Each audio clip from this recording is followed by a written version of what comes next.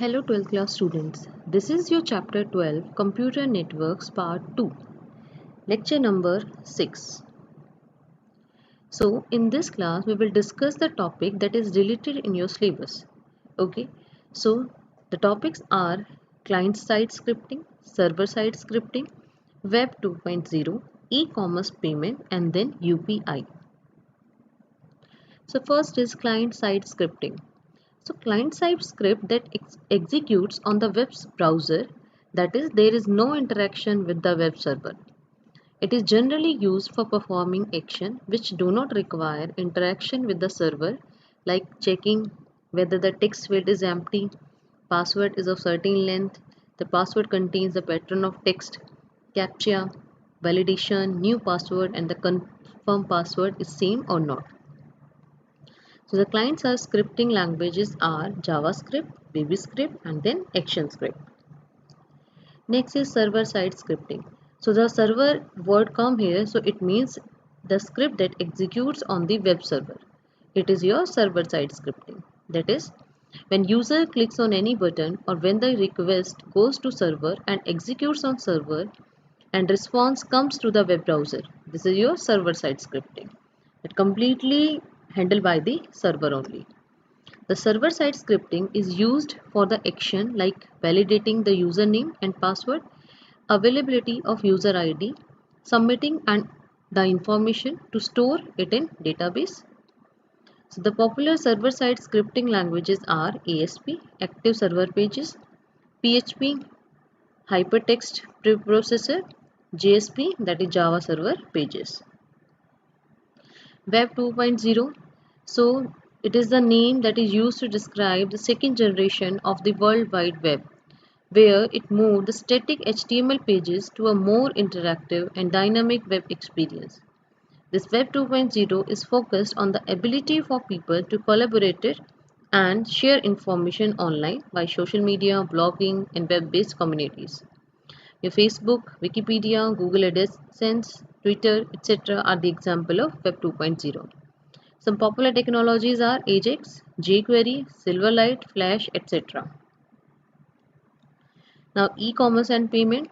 You already aware about e-commerce and you all are also using e-commerce method. So when you purchase goods and services online, you pay for them using an electronic medium. So this mode of payment without using cash or check is called an e-commerce payment system. Is also known as the online or the electronic payment systems. There is a different type of e-commerce payment, that is credit card, debit card, smart card, net banking, e-wallet. Now payment by credit card. So in credit card, you know what is credit card? There is no need to a sufficient balance in your credit card. Okay, you just shopping today and pay later. This is your credit card. So in this, the user have some number. It has expiry date, the name of the card and the CV number is also there. You will get an OTP for the payment. Same is your debit card, but in debit card the condition is you have an amount for the payment. Okay. So the user pay by providing the card number, expiry date, name of card, CVV, then a OTP is received on your registered mobile number for the verification of your